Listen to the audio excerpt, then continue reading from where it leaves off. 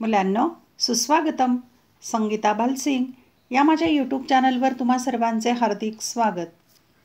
इतिहास इयत्ता 11वी हा विषय आपण अभ्यासाला घेतलेला आहे आणि प्रकरण क्रमांक 10 भारतीय इतिहासातील नवे पर्व या प्रकरणाला आपण सुरुवात करत आहोत. या प्रकरणात एकूण 8 उपघटक आहेत. त्यामध्ये आज आपण पहिला, दुसरा आणि तिसरा हे 3 उपघटक एकत्र करून व्हिडिओ लेक्चर बनवलेलं आहे. कारण असं की हे लहान लहान उपघटक आहेत म्हणून एकत्र घेतलेले आहेत.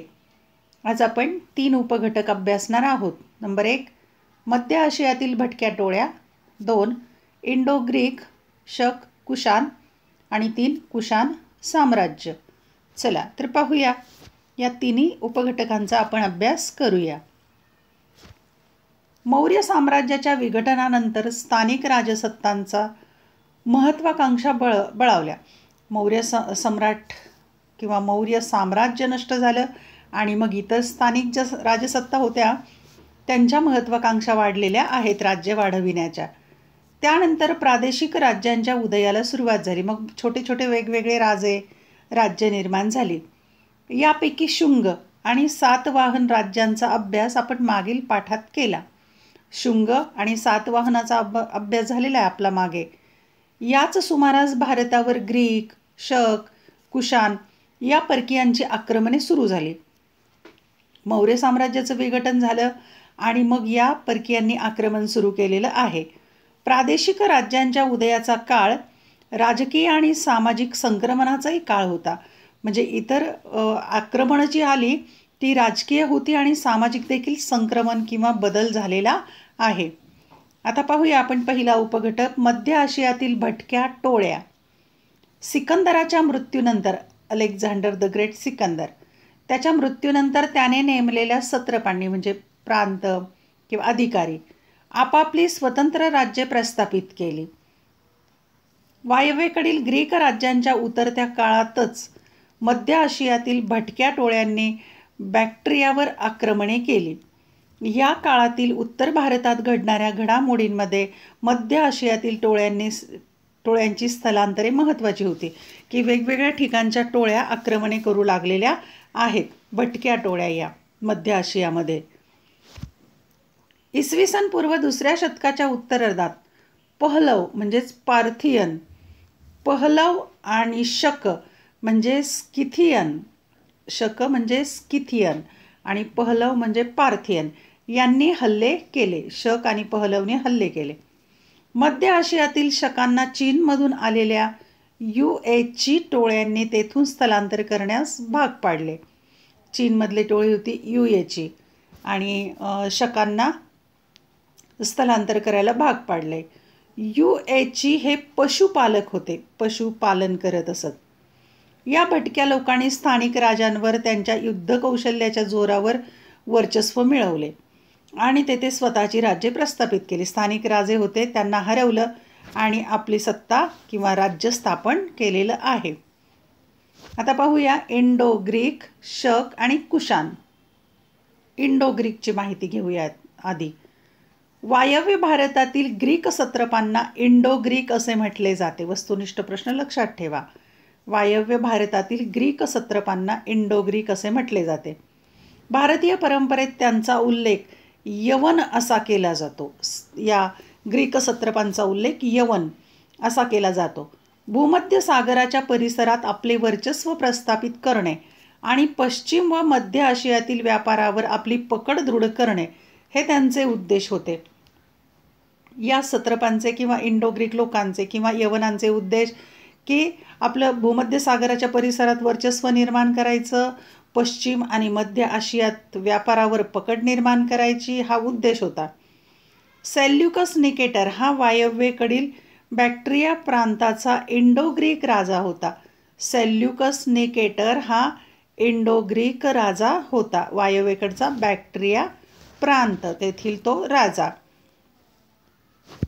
इंडो ग्रीक राजांमधील संघर्षात बॅक्ट्रिया राज्य बलाढ्य ठरले आणि बॅक्ट्रिया हे राज्य बलाढ्य ठरले सेल्युकस निकेटरचं. बॅक्ट्रियाचा राजा डेमिट्रस याने इसवी सन पूर्व 180 मध्ये भारतावर आक्रमण केले.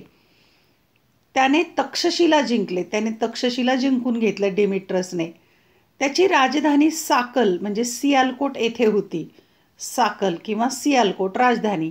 याच सुमारास युक्रेटायडिस या इंडो ग्रीक राजाचे स्वतंत्र राज्य होते.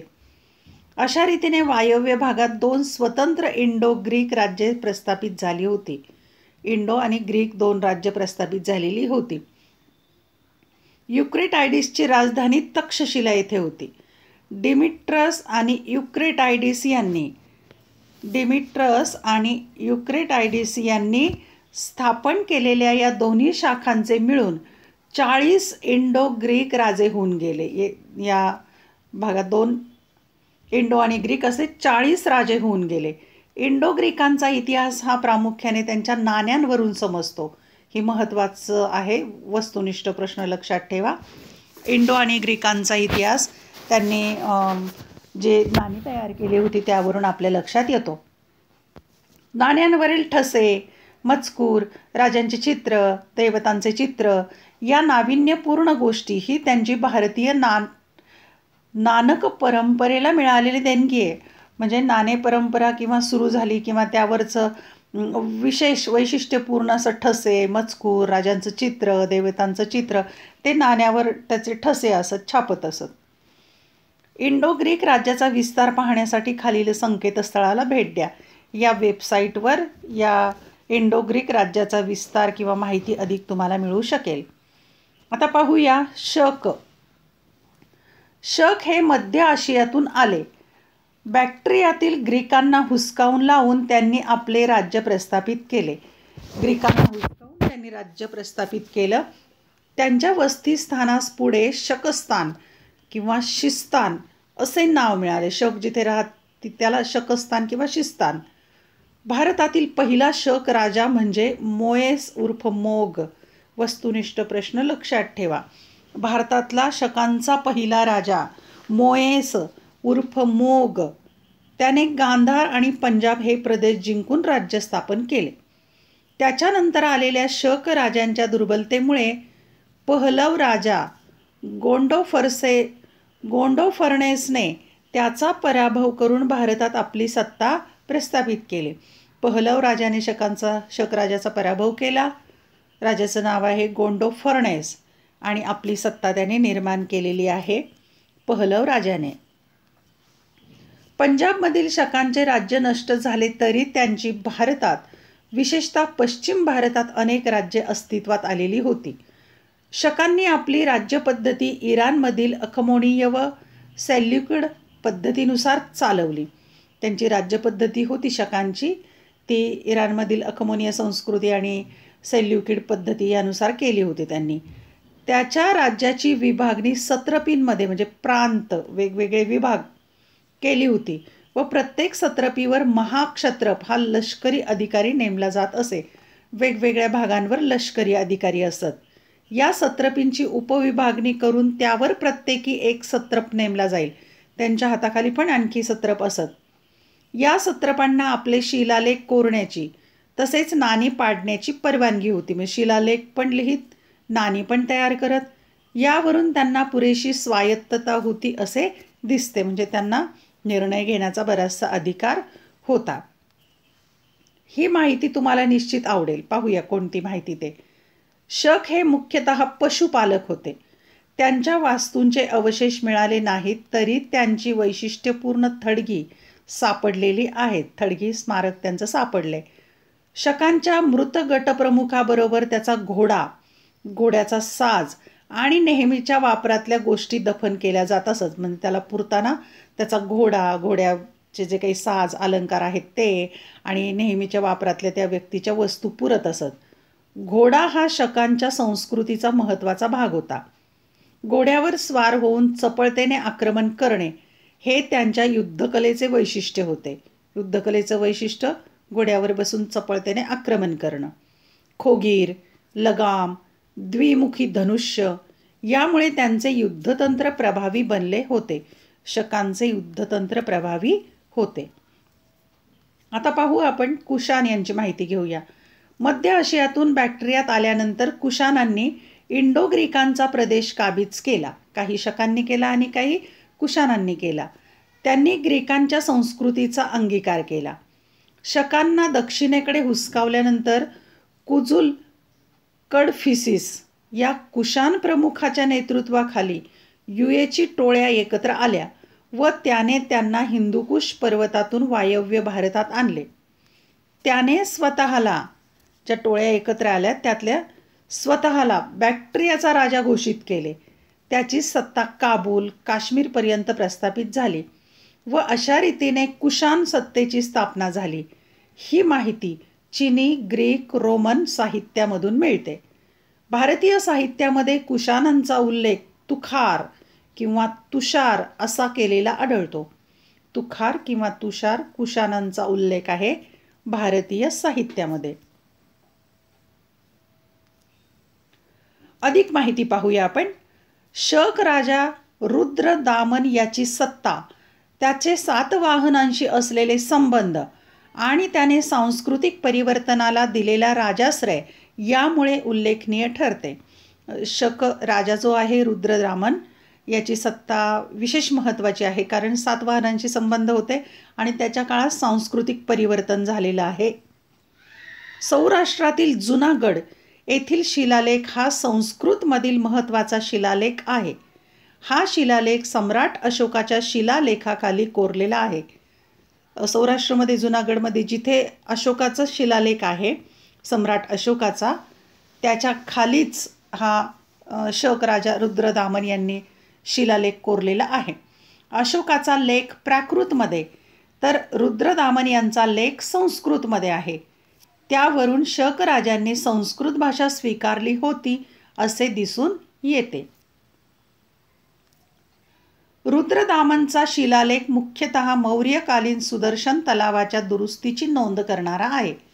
आणि जो शिलालेख लिहिलेला आहे रुद्रदामनचा, त्यात मौर्यकालीन सुदर्शन तलाव होता, त्याची दुरुस्ती केलेली आहे रुद्रदामनने, त्याचा उल्लेख आहे. सम्राट अशोकाच्या काळातील तलावाची डागडुजी रुद्रदामनने केली, यावरून त्या तलावाचा दीर्घकाळ उपयोग होत असावा हे लक्षात येते. म्हणजे दुरुस्ती केलेली आहे आणि मग तलावाचा वापर केला, याचा अर्थ खूप जुना तलाव आहे आणि दीर्घकाळ वापरात होता. रुद्रदामनच्या प्रशस्तीमध्ये त्याच्या नर्मदा खोऱ्यातील विजयाची, सातवाहन राज्यावरील मोहिमांची आणि राजस्थानातील यौधेय गणराज्यावरील त्याच्या विजयाची स्तुती केलेली आहे. आणि मग त्या लेखामध्ये रुद्रदामनची स्तुती केलेली आहे वेगवेगळ्या कारणांच्यासाठी.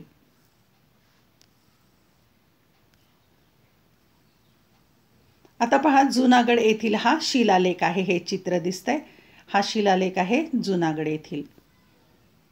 आता आपण पाहूया कुशाण साम्राज्याची माहिती घेऊया. तिसरा उपघटक. शकांप्रमाणेच कुशाणांनी देखील छोटी छोटी राज्ये जिंकल्यानंतर तिथे सत्रपी प्रस्थापित केल्या, वेगवेगळे प्रांत आणि अधिकारी निर्माण केले. त्यावर सत्रप किंवा क्षत्रप नावाचे लष्करी अधिकारी नेमले. या सर्व क्षत्रपांमधील प्रमुख म्हणून राजा स्वतःला राजाधिराज महाराज अशी बिरुदे लावू लागला. लष्करी अधिकारी नेमला, पण तो स्वतःला राजा म्हणून घेऊ लागला. राजा हा ईश्वराचा अंश असतो, ही कल्पना कुशाणांच्या नाण्यांवरील लेखांमध्ये प्रथम आढळते.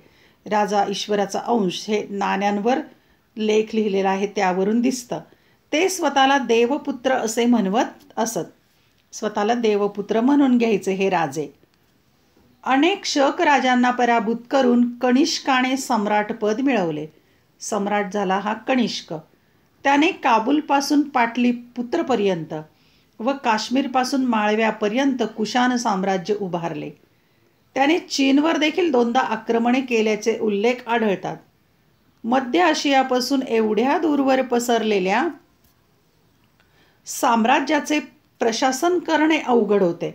म्हणूनच कनिष्काने पुरुषपूर किंवा पेशावर आणि मथुरा अशा 2 राजधान्या स्थापन केल्या. कनिष्काने 2 राजधान्या स्थापन केल्या, नावं लक्षात ठेवा, पेशावर आणि मथुरा. त्याने काश्मीरमध्ये कुंडलवन येथील विहारात 4थी बौद्ध धर्म परिषद आयोजित केली होती. 4थी धर्म परिषद कुंडलवन येथे काश्मीरमध्ये कनिष्काने आयोजित केलेली होती, हे लक्षात ठेवा. कुशाणांचा शेवटचा राजा वासुदेव याच्या नावावरूनच कुशाणांनी भारतीय संस्कृती आत्मसात केली होती हे लक्षात येते. कुशाणांचा हा शेवटचा राजा वासुदेव नावावरून असं लक्षात येतं भारतीय संस्कृतीशी ते समरस झाले होते. त्याच्या कारकिर्दीत कुशाणांचा ऱ्हास सुरू झाला. पण नंतर कुशाणांचा ऱ्हास सुरू झाला. कुशाण साम्राज्याचे तुकडे पडून ठिकठिकाणचे सत्रप स्वतंत्र झाले. जे लष्करी अधिकारी नेमले होते त्यांनी स्वतः सत्ता स्थापन केली. कुशाणांची सत्ता पंजाब व गांधार या प्रदेशात इसवी सन 4थ्या शतकापर्यंत अस्तित्वात होती. इसवी सन 4थ्या शतकापर्यंत कुशाणांची सत्ता होती. कुशाण साम्राज्याचा विस्तार पाहण्यासाठी खालील संकेतस्थळाला भेट द्या. पुस्तकामध्ये ही वेबसाईट दिलेली आहे. या वेबसाईटला भेट द्या आणि कुशाण साम्राज्याची अधिक माहिती मिळवा. धन्यवाद. व्हिडिओ लेक्चर आवडल्यास चॅनल सबस्क्राईब करा, बेल आयकॉन प्रेस करा आणि आवडलेला व्हिडिओ आपल्या मित्रमैत्रिणींना शेअर करून व्हिडिओ खाली निश्चित तुमचं मत नोंदवा. अभ्यासासाठी शुभेच्छा.